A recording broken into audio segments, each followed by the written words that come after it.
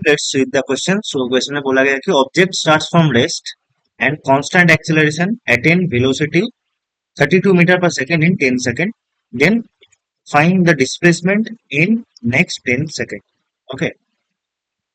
So there is a object, ठीक, जिसका initial velocity zero था. So u is zero.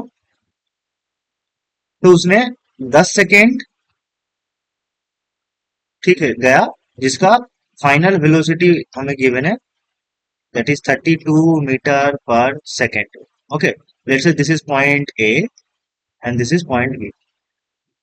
Okay, तो point A से पॉइंट बी जाने तक उसका टाइम लगा है, जिसको हम बोलते हैं t1 is equal to 10 second.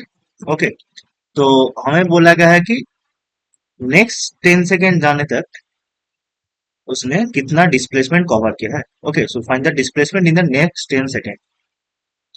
ये डिस्टेंस हमें फाइंड करना होगा. x equals to what. Okay, let's say the final point is C. ठीक है, तो इस क्वेश्चन में जो की कॉन्सेप्ट लगेगा यहाँ पर, की concept, that is equations of motion. Equations of motion. ना हम जानते हैं कि यहाँ पर बोला गया है कि कांस्टेंट एक्सीलरेशन. ओके, सो जब कांस्टेंट एक्सीलरेशन होता है तो हम इक्वेशंस ऑफ मोशन अप्लाई कर सकते हैं. सो पहला जो इक्वेशन ऑफ मोशन है that is v equals to u plus at. Second equation of motion जो है that is ac equals to ut plus half at square. और थर्ड जो इक्वेशन है that is v square is equals to u square plus 2as. Okay, जहां पर v is final velocity, u is initial velocity, s is distance covered, a is acceleration and t is time. ठीक है. So for the path a to b, for the path a to b, let's say कि acceleration constant है, a मान लेते हैं. ठीक है. So v is equals to u plus at.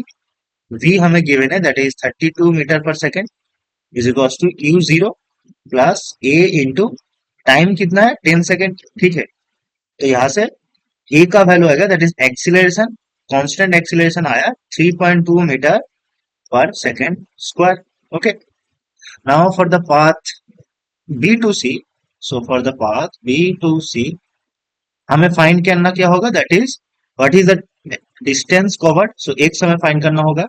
हमारे पास क्या क्या है, इनिशियल वेलोसिटी. इस केस में initial velocity is v, that is 32 metre per second.